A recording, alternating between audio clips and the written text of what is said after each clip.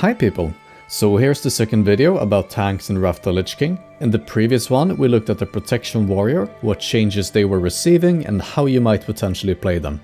There's a link to that video in the description should you want to watch that one as well.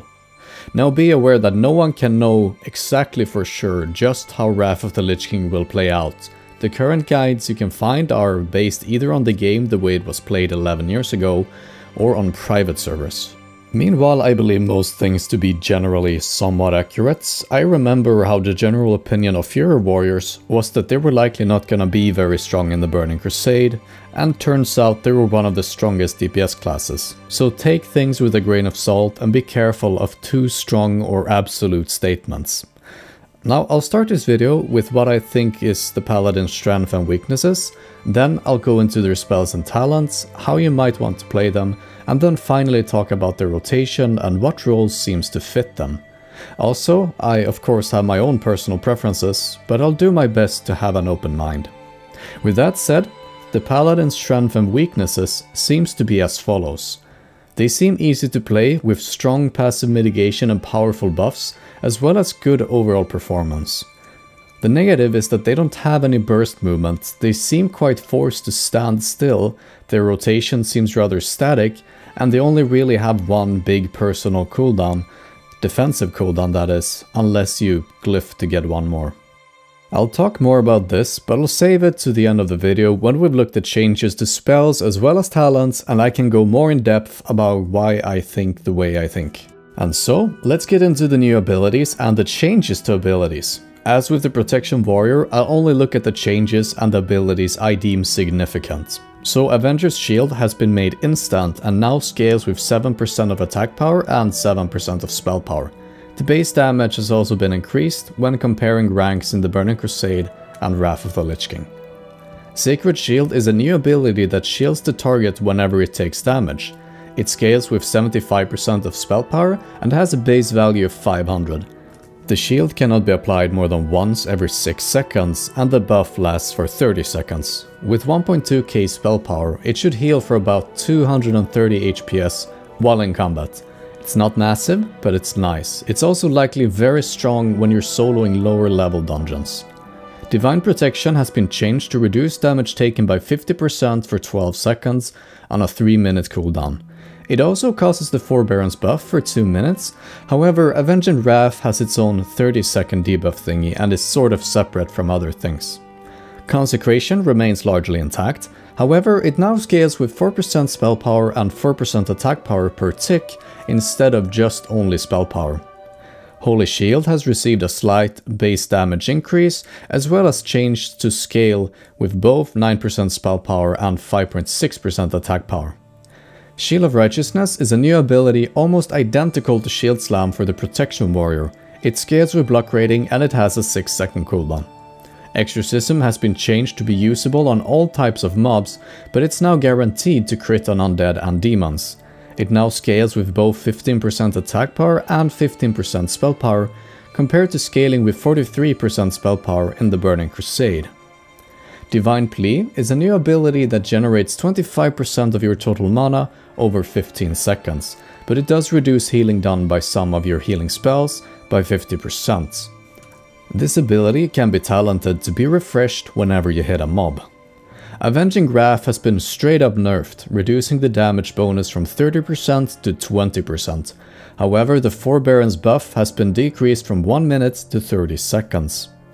Blessing of Freedom, Protection, Salvation and Sacrifice has been changed from blessings to hand-off spells, meaning Hand of Protection should no longer remove any other Paladin buff, for example. Most of these abilities are identical except for Hand of Salvation. Instead of being a passive buff, it is now a 2-minute cooldown, reducing the target's threat by 2% every second for 10 seconds.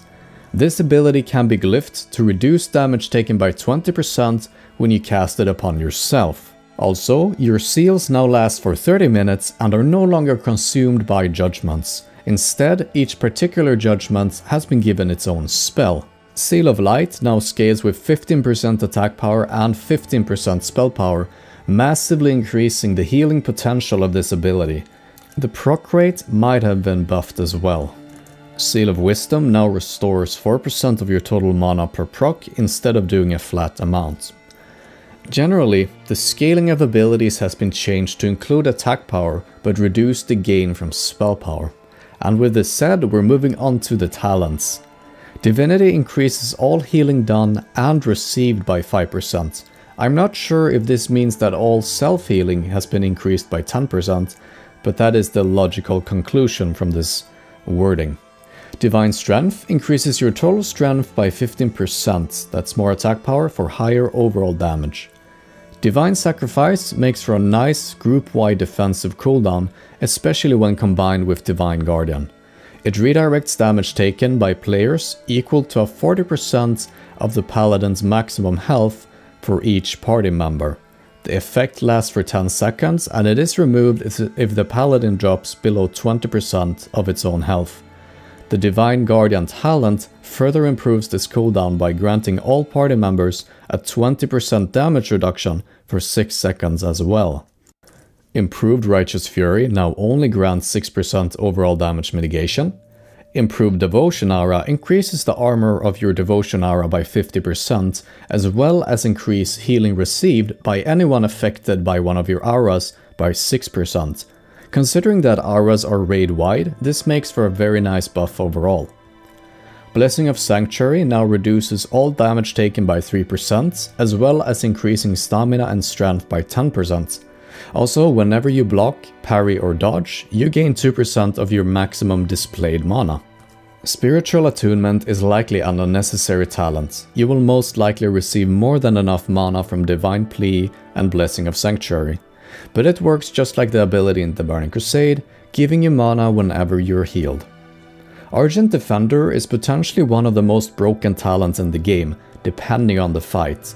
This one gives the Paladin a passive cooldown that allows it not to die after taking fatal damage, but instead restoring a certain percent of health based on your defense rating, and this one only has a 2-minute cooldown.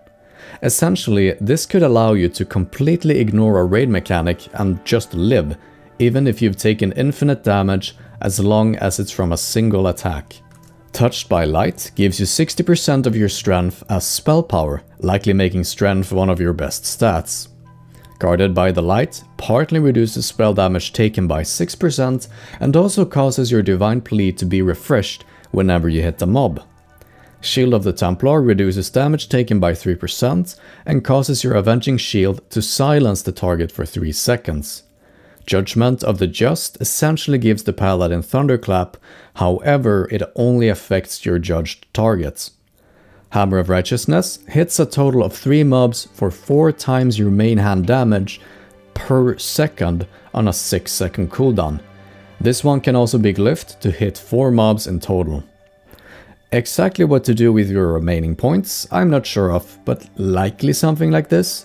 Note that Sanctity Aura has been removed, so there's no need to dive deep into the Retribution tree.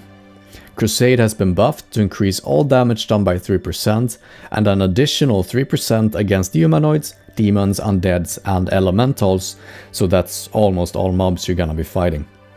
So overall, you now have potential of reaching 18% passive reduction, not including any armor, parry, dodge or block, as well as 11% more healing received.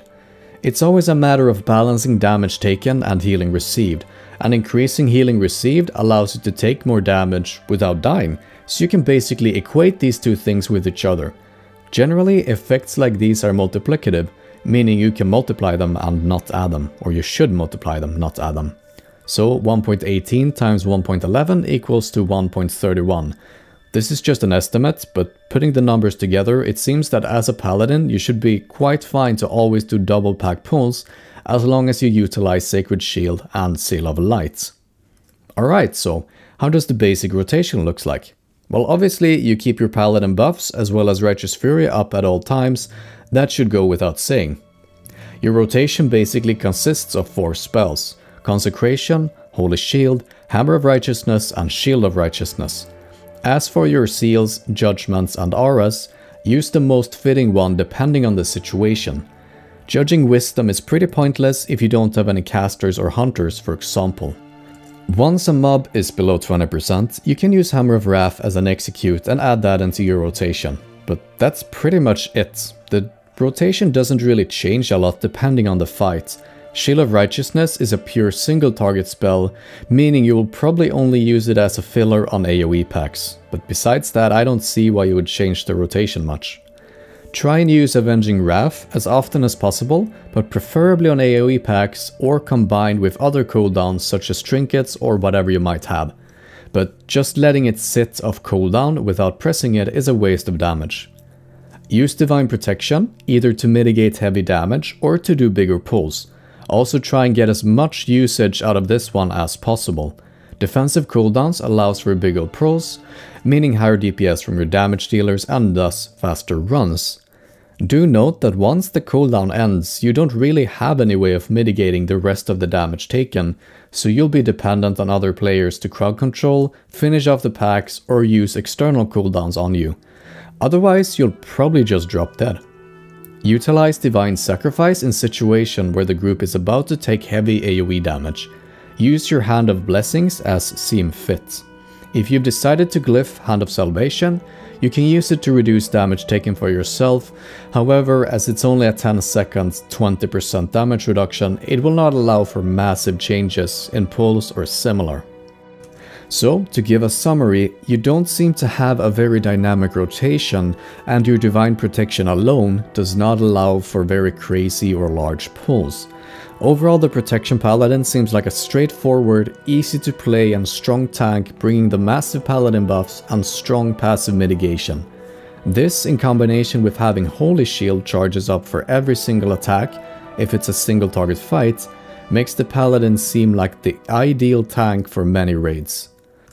And this simple playstyle probably means that most people can pick up the Protection Paladin and do decently well without needing a lot of experience or knowledge about fights and dungeons.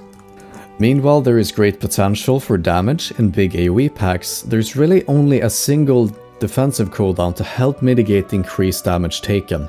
And on top of that, their non-cooldown mitigation scales poorly with larger packs. Either it's unaffected or it's downright worse.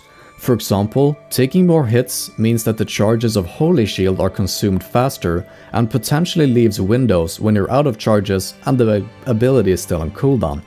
This means that you on average take even more damage per hit than you do in a smaller pack, as more of your attacks will not get blocked. Readout will of course be procced more often if you're hit more often, but it will also be consumed faster, so there's no real change. Sacred Shield will still do a nice little protective work, but since it's pretty much a flat amount of mitigation, it quickly becomes insignificant. If you're taking 8000 damage per second, 300 healing per second is pretty much irrelevant. The Seal of Light is also nice, but it does not really scale with the number of mobs you're attacking. Except for the parry haste, but that is pretty much insignificant in this situation. Overall, I interpret this as the Paladin being a great base tank or a great overall tank, especially when things are on farm and you outgear the content.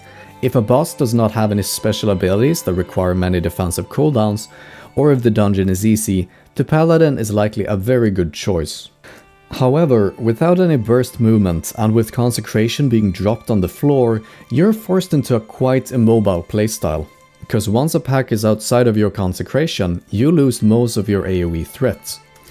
So in the previous video, I made this graph showing performance versus skill for Protection Warriors, Paladins and Feral Druids, and it still seems decently accurate to me, only that I would like to make the difference between the lines a bit smaller. Properly rotating between Divine Protection and Avenging Wrath, and making good use of your hand spells is where the difference between a good Paladin and a great Paladin will likely be. To end the video off, I'll reiterate that the Protection Paladin seems like a solid and easy to play tank, and from what I've heard, most people consider this to be a very good tank in Wrath of the Lich King. If you enjoy Protection Paladins in the Burning Crusade, you're likely gonna love Protection Paladins in Wrath of the Lich King. And so, that was all from me for now.